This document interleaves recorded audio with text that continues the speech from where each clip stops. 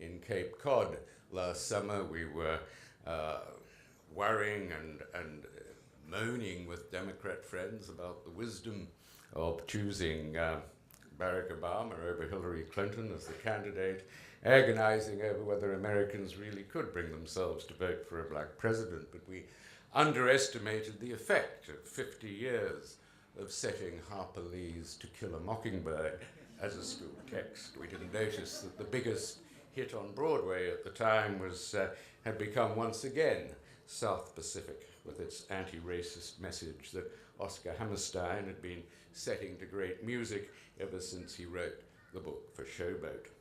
We could endlessly multiply examples of the literary work that opens minds, that changes attitudes, and that conduces to human progress. Paul told you a little about PEN. I'm a board member of English PEN, and it is important and a great thing that we do maintain an empty chair at these festivals, a reminder that those who have worked to give us such pleasure, the right has occasionally to be fought for. Artists and authors are among the first victims of intolerant society, which fear their imagination. Sometimes they're merely censored, sometimes they're imprisoned, and sometimes, too often, they're sentenced to death. The state that is today, as we speak, most active in repressing and torturing writers is the theocracy of Iran, and it's important to remember that. I had to buy a mobile phone the other day, and I seriously doubted whether I should buy Nokia, given the allegations of its assistance to the Iranian government in rounding up those who had twittered and brought out to the West and to the world the repression that went on after the elections.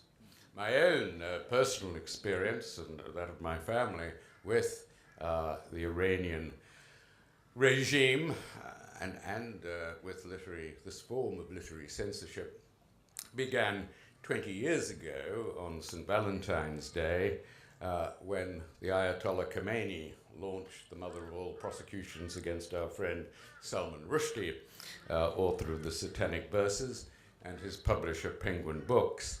Like the Red Queen in Alice in Wonderland, the Ayatollah chose to sentence first and try later, posthumously through a fatwa proclaiming the death sentence for blasphemy on all connected with publishing the book. One of its translators was later murdered, executed, as Iran preferred to say. The book was burnt at demonstrations throughout the world, and a $3 million bounty was offered for the author's capture, alive or preferably dead. That bounty is still available. Well, soon after the fatwa was announced, Salman came to stay with us for a time in our house in North London. It overlooked a church and a graveyard. Our bedrooms, the security service explained, offered them a clear view of the approach of any Iranian assassin. Well, having Salman as a visitor had compensations. It brought many of his left-wing friends into a closer and warmer contact with officers of the special branch than they'd ever thought likely or even healthy. The goodwill flowed both ways. The police enjoyed the literary company rather more than the politicians they were usually detailed to guard. And radical writers came to see the point of secret state surveillance of suspected terrorists. My wife was quick to point out when we went away with Salman and friends for country weekends that while the Guardian reading male feminists put their feet up by the fire, it was always the police who volunteered to do the washing up. On the other hand, one of them developed a rather close friendship with our nanny, who was overexcited, I fear, by the occasional glint of gunmetal. I think for Salman, in this period, hiding in his own city became tiresome. It was 1989, after all, when bin Laden was a CIA-backed hero fighting for freedom against the Soviets. We didn't know Al-Qaeda was next yet to form. We didn't know the extremes of fanatical Islam, but what made the experience, I think, in retrospect, nerve-wracking was that the fatwa was an exercise in state terrorism. Nobody knew what loyalty the Ayatollah might command in England, whether the Iranians would send a hit squad or remain perhaps just to use terrorism to make us terrified. We tried to arrange an overseas holiday for Salman, but British Airways refused to fly him, even from London to the Edinburgh Literary Festival. Other airlines from Arab countries were all too willing, but it wasn't long before a group of Muslim lawyers decided to flush him out of hiding by using the one device in a civilized country to which you have no option but to surrender.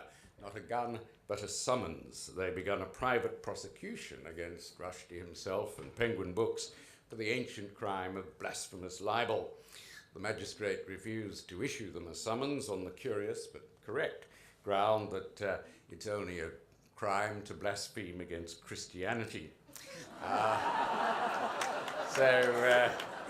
The Muslims appealed, and I duly prepared to represent the author in court.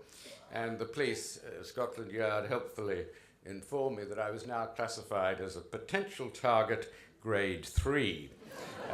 This grade wasn't potential enough to qualify for police protection, but was sufficiently at risk to receive some security tips, like how to tie a mirror to a broomstick and look underneath my car for bombs.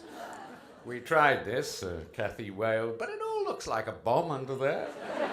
And one tip that did stick in my mind was that grade 3ers should in no circumstance draw attention to the fact that they were potential targets, because then they might become real ones. And the same advice was given to the judges. While this case lasts, don't advertise yourself as potential targets. Well, the case lasted for 3 days in the appeal court, and the presiding judge was Tasker Watkins VC. He'd won his Victoria Cross, which is the highest British award for bravery, in action in the Second World War, when he picked up the machine gun of a wounded comrade and proceeded single-handedly to attack a trench of 17 startled Germans, killing all of them as the laughter at this hot-headed young Welsh fusilier died on their lips. On the second day, he entered court at much the same pace, with a steely glint in his eye. "This court is in receipt of a communication. Let it be handed to counsel." It was an ill-written threat of vengeance against us all should the case go against the Prophet. "Well," he snapped, "what do counsel suggest we do?" Well, we held a whispered conversation at the bar table, reminding ourselves of the police advice against saying anything that might turn us or the judges into grade 2 targets. Nothing, my lord," we whispered. "We see no need to draw attention to this matter." "No need to draw attention to it?" exploded Tasker Watkins VC. "This is a death threat to Her Majesty's judges and counsel. We shall certainly draw attention to it and say in the strongest terms that it will not be countenanced." He had, for a moment, a look in his eye probably last seen by 17 unfortunate German soldiers. The case became a kind of forensic jihad against Salman the Apostate. The prosecutors tried to convince the court that the blasphemy case should go to trial, so they were obliged to draft an indictment, and they came up with only 6 charges. We were able to show that each of them was based either on a misreading of the book or upon theological error. So after 3 days, the case was thrown out. But even, of course, had it gone ahead, had Salman been prosecuted at the Old Bailey and acquitted by the jury, I doubt whether the verdict would have made the slightest difference to his enemy.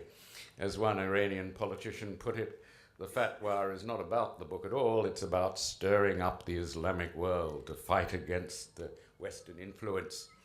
And in retrospect, of course, 20 years ago, this was a clear sign of the coming clash, but Western intelligence services didn't have the intelligence to analyze it as a precursor to 9/11. The CIA and Congressman Charlie Wilson continued to support bin Laden.